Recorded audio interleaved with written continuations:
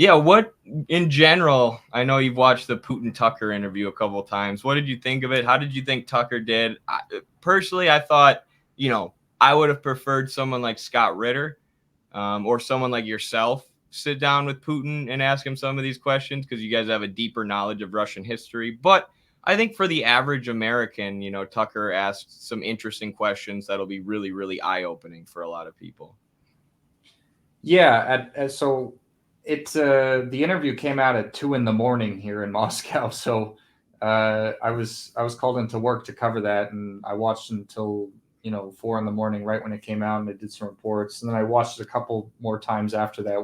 Once again in English, and another time in Russian, just to make sure that it was important to me to understand how they translated the original from what Putin was saying as well.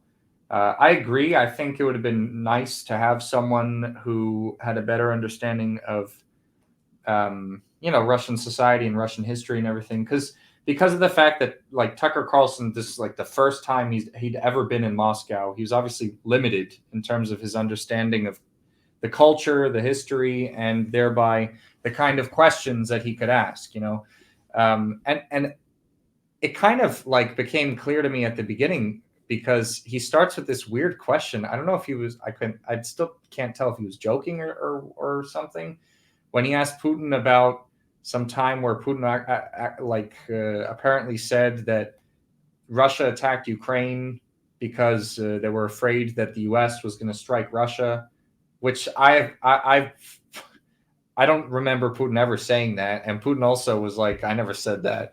But Tucker Carlson apparently says he has a quote, but for some reason they never expanded on that. Anyway, um, I think on a whole though the interview was good because number one, the advantage of Tucker doing the interview is that he has a huge following. So first of all, the sort of message that Vladimir Putin wanted to get forward, in terms of the Russian position on things, is was made available to a huge swath of the American population. I mean, within the first 2 hours, over 20 million people saw this interview, and that's only on X. Like that's not counting the release on Tucker's website or on any other platforms where it was available. So that's good.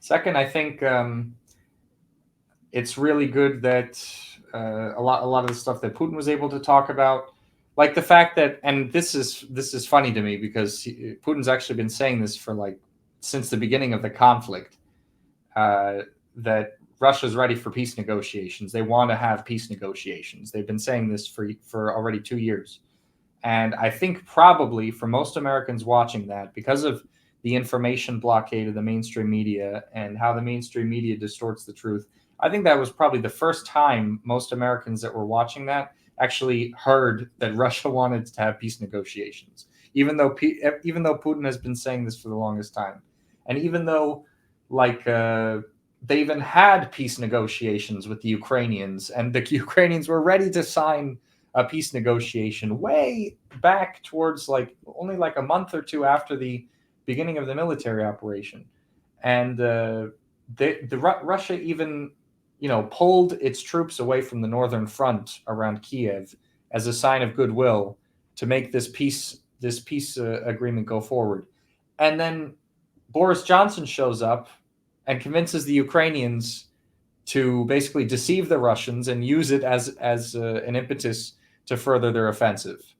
And like nobody, I don't think anyone in the West really knew about this story until they watched this interview. And I also saw it. I was actually in Istanbul when all that happened. I mean, I didn't see when Boris Johnson came, but I saw the negotiations and all of that go down. But it was like something that the mainstream media just didn't cover. And so it was cool that this interview was able to give Americans perspective on that. Um, there's a lot of memes going around about how uh, Putin started the interview with like 30 to 40 minutes of a history lesson. But I think it was necessary, first of all, because it's like, I feel like for most people in the West, Russia and Russian history is like something they know absolutely nothing about. So he really did have to start from the very beginning. Um, But I do have like some issues with his his historical explanation, because there's some things that I don't really agree with in terms of the way Vladimir Putin like frames the historical narrative around Ukraine. Like, first of all, he says that Lenin created Ukraine, that it was like an artificially created state, and it was the product of the Bolsheviks. Like, this doesn't even take into account that Soviet Ukraine was not the first Ukrainian state to exist. Actually, there was also like the People's Republic of Ukraine, which was a bourgeois republic that was located west of or east of the Austro-Hungarian Empire before the Soviet Union formed, and the communists formed their own sort of state in the eastern half of Ukraine and fought with those with the People's Republic of Ukraine, and only after that fight was over, did Soviet Ukraine form. And there was also even a separate republic that incorporated Donbass. But the reason why they incorporated these two into a centralized Ukraine, there were or into the borders that we know as to be Soviet Ukraine. There's a lot of reasons, but the main one really was because Donbass had the industrial base that Western Ukraine was going to need if it was going to be able to defend itself from the Austro-Hungarian Empire, the German Empire, that were at that point still hostile to communism, and were posing a real threat to the young Soviet government, especially after the Treaty of Brest-Litovsk. They took huge amounts of land, and they were ready to take more. Luckily, they didn't get to do that. But Putin always blames Lenin and the Bolsheviks for making this decision to draw the borders of Ukraine the way they did, and also for allowing freedom of secession from the Soviet Union. Vladimir Putin blamed Lenin and the Bolsheviks for that in the interview, but we have to understand this border problem was never a problem until capitalism came into the region, because they had a unitary economy. There was no problem with people in Donbass being part of Soviet Ukraine or Soviet Russia or whatever. They were all one people. They had a unitary economy. And, this, like I said, this nobody was counting on the Soviet Union collapsing. If it didn't collapse, then everything would have been fine in that respect. I mean, obviously they had problems with the, people like neo-Nazis, even after the fall, even after World War II, Soviet Ukraine had a problem with neo-Nazis. But there was not this territorial dispute between Donbass and Western Ukraine, because, it was a completely different world. It was a communist country. You could go wherever you wanted around the Soviet Union. It didn't matter where you were from. So it's really, capitalism. It's really the fall of the Soviet Union that I think is really to blame for this entire problem. We can't chalk it down to what Lenin and the Bolsheviks did at that time. But on the whole, in terms of what Putin's explaining about the fact that Russia and Ukraine are basically fraternal peoples, and they're not as separate, they're not in the kind of separate nations that people in the West envision them to be, especially because there's so much stuff that goes into it that it's really difficult for Westerners to understand anyway. Just the name of Ukraine, Ukraina, it means it's the meaning of it in Russian is on the fringe, because it was a territory of Russia on the fringe of the country, but the people there were they were of the same people as the Russian Empire, and the people who came to be known as Cossacks, they were they have their roots in the Russian Empire as well. So there's no way you can understand Ukrainian and Russian history separately. They have a completely common history, and that's a good thing that Putin was able to talk about. But again, he, Slava just mentioned, I mean, in the chat, he did try to fit it to his nationalist narrative. But in terms of the other stuff that he talked about, I think it was he made fair points about the emergence of the multipolar world. He said that the minute the U.S. started trying to use the dollar as an economic weapon, actually, he said that this is what marked the beginning of the decline of the dollar, and we're seeing all these countries switch to oil trade in the yuan and local currencies and all this stuff. Putin even said that you know these economic changes that we're seeing right now that are leading to ditching of the dollar, it's not subjective. He specifically said it's objective. There's structural changes in the global economy. And he said, it's as objective as the fact that the sun's going to rise in the morning tomorrow. You can't do anything about it. You have to adapt. You have to figure out how you're going to adapt to it. And he said that what the West does is adapt by force. It uses its military. It uses sabotage, like with the Nord Stream pipeline. It uses the color revolution doctrine, like we were talking about at the beginning of this video, so that it tries to force the sun from rising, essentially. And so I thought that was an interesting point that Putin made it in the interview as well. And just giving the perspective on why Russia launched the military operation, the fact that the Minsk agreements were completely, stepped all over by the West, which they even admitted they didn't have any interest in actually enforcing later on. He talked a bit about how, on the eve of the Russian military operation, what really pushed Russia to launch it in the first place is that Ukraine finally was like, we're not going to abide by these Minsk protocols. And they began to dramatically intensify their artillery bombardment of Donetsk and Lugansk, and they began preparing for an offensive. This was like, it kind of reminds me of like the way people see the Korean War, right? Everyone says the North invaded the South, but nobody ever talks about the fact that the South was preparing, was already, orchestrating provocations across the border, and they had their own plans to attack the North.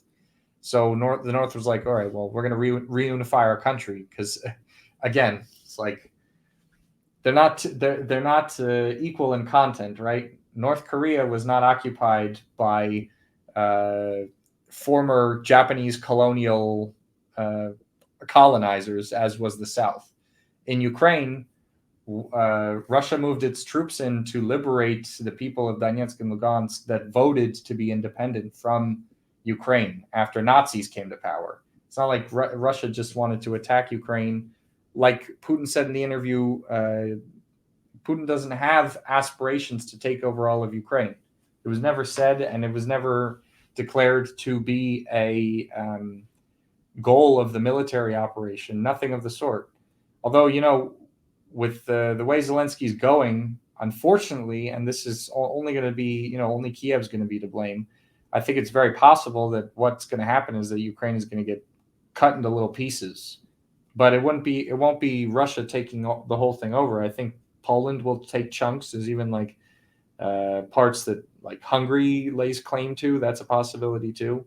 And it'll all be justified not as like a land grab, but like as a preventing Russia from occupying the whole of Ukraine, But I mean, anyone who understands the history of that region understands that, Poland and Ukraine are not historically allies. Like Poland, throughout much of Ukraine's history, was occupying and attacking Ukraine constantly. So it's there's always been trouble in paradise, you might say, in this current friendship between Poland, Ukraine, Hungary, everyone in that region. That's super interesting. I almost forgot that the Boris Johnson breaking up the peace deal thing happened. That was one of the things I was trying to hammer on TikTok with our coverage of this before we got banned for one of the like 5th or 6th times. But trying to explain to Americans that there was a peace agreement on the table, and NATO sent Boris Johnson to break it up and keep the war going. Because it's just so absurd. You had all these liberals, waving Ukraine flags, and while we're aiding the destruction of Ukraine.